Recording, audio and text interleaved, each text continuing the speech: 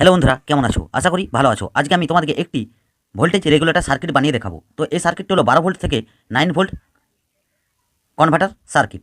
তো এই কখনো কখনো দেখা যায় যে আমাদের এমন একটি সার্কিট মানে 12 ভোল্ট থেকে 9 ভোল্টের দরকার। মানে সার্কিটটি আমাদের 9 ভোল্টের, কিন্তু পাওয়ার আছে আমাদের 12 ভোল্ট। কিন্তু 9 ভোল্ট ফিক্সড ভোল্টেজ আমরা কিভাবে নেব? তো সেক্ষেত্রে আমাদের ভোল্টেজ রেগুলেটর আইসি দরকার প্রয়োজন পড়ে, বা ভোল্টেজ রেগুলেটর সাহায্যে কম বেশি করতে হয়। কিন্তু তোমাদেরকে এই সার্কিটটি বানিয়ে দেখাবো। তো এই সার্কিটটি দিয়ে দ্বারা তোমরা 12 ভোল্ট থেকে 9 ভোল্ট নিতে পারবে খুব সহজে। এই সার্কিটটি বানানো খুবই সহজ এবং খুবই সিম্পল, এবং এটি কাজের সার্কিট। যারা ইলেকট্রনিক নিয়ে কাজ করো বা এসব নিয়ে কাজ করো, তারা অবশ্যই বুঝতে পারবে যে এটি কত একটি দরকারি সার্কিট। তো এর আগে বন্ধুরা 12 ভোল্ট থেকে 5 ভোল্ট কীভাবে ফিক্সড ভোল্টেজ রেগুলেটর সার্কিট বানাবে এই নিয়ে ভিডিও আমি অলরেডি বানিয়েছি, কোনো রেগুলেটর আইসি ছাড়াই, মানে সিম্পল একটি ট্রানজিস্টর দিয়ে, BC547 ট্রানজিস্টর দিয়ে। তো এটিও BC547 ট্রানজিস্টর দিয়ে বানিয়ে তোমাদেরকে দেখাবো খুব সহজ এবং সিম্পলভাবে। তো তোমরা যদি ওই ভিডিওটি দেখতে চাও তাহলে আমি ডেসক্রিপশন বক্সে লিঙ্ক দিয়ে দেবো, তো ওখানে গিয়ে দেখে নিতে পারো ভিডিওটি। 12 ভোল্ট থেকে 5 ভোল্ট ভোল্টেজ রেগুলেটর সার্কিট। তো চলো এই সার্কিটটি কীভাবে বানানো যায় খুব সহজ এবং সিম্পলভাবে, তো সেটি আজকে দেখে নিই। তো প্রথমে আমরা দেখে নেব যে এটি বানানোর জন্য কী কী প্রয়োজন পড়েছে। তো প্রথমে প্রয়োজন পড়েছে আমাদের একটি BC547 NPN general purpose transistor. তো এই ট্রানজিস্টরটি যে কোনো ইলেকট্রনিক শপে বা দোকানে পেয়ে যাবে খুব সহজেই। 2 থেকে 3 টাকা তোমাদের কাছ থেকে দাম নিতে পারে। এবং প্রয়োজন পড়ছে একটি রেজিস্টর, 2.2 কিলো ওহমস রেজিস্টর। তো তোমরা 2.7 কিলো ওহমস রেজিস্টরও ব্যবহার করতে পারো। তো 2.2 কিলো ওহমস রেজিস্টর আমি এই সার্কিটটিতে ব্যবহার করব। তো তোমরা দেখতে পাচ্ছ 2.2 কিলো ওহমসের রেজিস্টরের কালার কোড রেড এবং গোল্ড। তো তিনটি রেড। তো কালার কোড দেখে তোমরা যে কোনো পুরোনো সার্কিট বোর্ড থেকে তুলতে পারো খুব সহজে। তো ইলেকট্রনিক দোকানে এটি খুব জোর 50 পয়সা তোমাদের দাম নিতে পারে, এবং দুটি রেজিস্টরে 1 টাকা দাম নিতে পারে। আর প্রয়োজন পড়েছে আমাদের একটি 10 কিলো ওহমস রেজিস্টর। তো 10 কিলো ওহমস রেজিস্টরের কালার কোড তোমরা দেখতে পাচ্ছ ব্রাউন, ব্ল্যাক, অরেঞ্জ। তো এটিও কালার কোড দেখে পুরোনো সার্কিট বোর্ড থেকে তুলতে পারো। তো একটি ভোল্টেজ রেগুলেটর আইসি কিনতে গেলে আমাদের 30 থেকে 35 টাকা দাম পড়ে যায়, কিন্তু এবং সব জায়গায় সবসময় মিলে না এমার্জেন্সি কাজের সময়। তো এটি কতটা ইম্পর্ট্যান্ট যারা ইলেকট্রনিক নিয়ে কাজ করে তারা অবশ্যই বুঝতে পারবে। তো আমাদের এই সার্কিটটি আজকে 3 টাকা এবং 1 টাকা 4 টাকার মধ্যে তৈরি হয়ে যাবে খুব সহজে, মাত্র 4 টাকার মধ্যে। আর ভোল্টেজ রেগুলেটর আইসি কিনতে হবে না। এবং 7805 যে রেগুলেটর আইসিটি, ওটি 12 ভোল্ট থেকে 5 ভোল্ট আউটপুট দেয়। তো ওই সার্কিটটিও আমি এরকম কম খরচে বানিয়ে দেখেছি 4 টাকার মধ্যে। তো ওটি ডেসক্রিপশন বক্সে লিঙ্ক দিয়ে দেবো, ওখানে গিয়ে তোমরা দেখে নিতে পারো। তো চলো দেরি না করে কীভাবে সার্কিটটি দেখে নিই।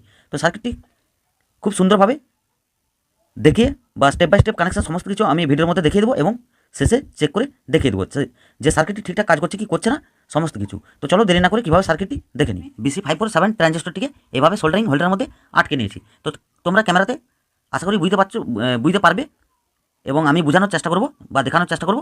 বুঝতে কোনো রকম অসুবিধা হলে তোমরা আমাকে কমেন্ট করবে, আমি যত দ্রুত পারবো তোমাদেরকে রিপ্লাই দেওয়ার চেষ্টা করবো।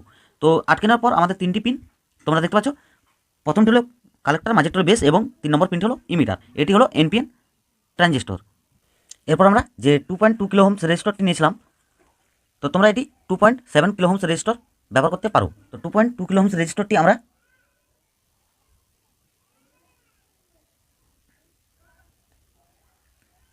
ট্রানজিস্টরের কালেক্টরের সঙ্গে এভাবে সোল্ডারিং করে নেওয়ার পর ট্রানজিস্টরের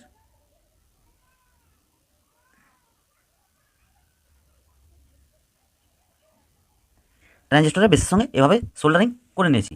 তো এটি খুব সহজ এবং সিম্পল সার্কিট। তো তোমরা দেখতে থাকো, ভিডিওটি কিপ করবে না। কানেকশনে কোনো জায়গায় গন্ডগোল হয়ে গেলে বা বুঝতে অসুবিধা হয়ে গেলে এই সার্কিটটি ঠিকঠাক কাজ করবে না, এবং ট্রানজিস্টর খারাপ হয়ে যাওয়ার সম্ভাবনা থাকবে। এরপর আমরা যে 10 কিলো ওহমস রেজিস্টরটি নিয়েছিলাম, তো 10 কিলো ওহমস রেজিস্টরটি ট্রানজিস্টরের বেসের সঙ্গে এভাবে সোল্ডারিং করে দেবো। তো আমাদের সার্কিট সম্পূর্ণ রেডি বা কমপ্লিট। তো আমরা এবার এটিতে আউটপুট এবং ইনপুট যে কানেকশনটি দেখে নেব।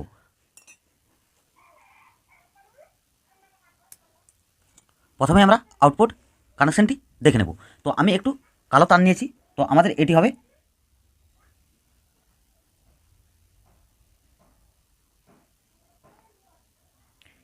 আমাদের 9 ভোল্ট আউটপুট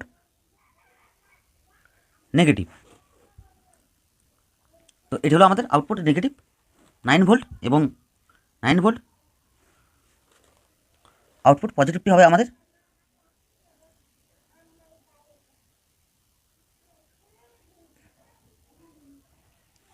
ট্রানজিস্টরের ইমিটার পিনটি।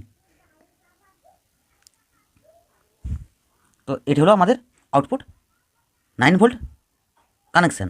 এবার আমরা ইনপুট কানেকশানটি দেখে নেব এবং তোমাদেরকে চেক করে দেখিয়ে দেবো। ইনপুট যে 12 ভোল্ট ইনপুট কানেকশানটি দিতে হবে ট্রানজিস্টরের কালেক্টর পিনের সঙ্গে, ঠিক এখানে এই পিনের সঙ্গে 12 ভোল্ট ইনপুট 12 ভোল্ট কানেকশানটি দিতে হবে, পজিটিভ কানেকশানটি। এবং আমাদের যে ইনপুট 12 ভোল্টের নেগেটিভটি আমাদের এখানেই দিতে হবে, মানে আমাদের এটি হলো গ্রাউন্ড পিন।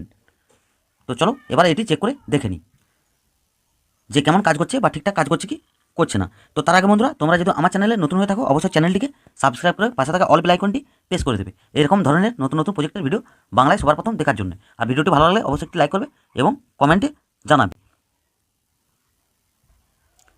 তো তোমরা দেখতে পাচ্ছ আমি মাল্টিমিটারের যে প্রব, তো আমরা আউটপুটে এভাবে লাগিয়ে নিয়েছি তোমাদেরকে চেক করে দেখানোর জন্য যে ভোল্টেজটি কত দিচ্ছে। তো আমাদের পজিটিভটি আমরা ট্রানজিস্টরের যে ব্যাটারির পজিটিভটি ট্রানজিস্টরের কালেক্টারে এবং নেগেটিভটি আমরা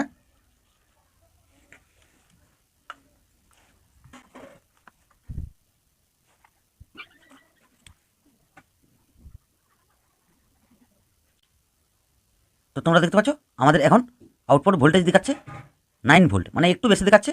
এটি লোড পড়লে অটোমেটিক 9 ভোল্টে দাঁড়িয়ে যাবে। তো এই সার্কিটটি ঠিক এভাবেই কাজ করে।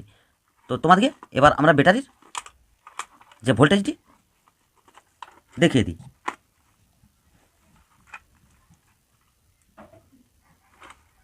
তো তোমরা দেখতে পাচ্ছ 12 ভোল্টেরও বেশি ভোল্টেজ দেখাচ্ছে।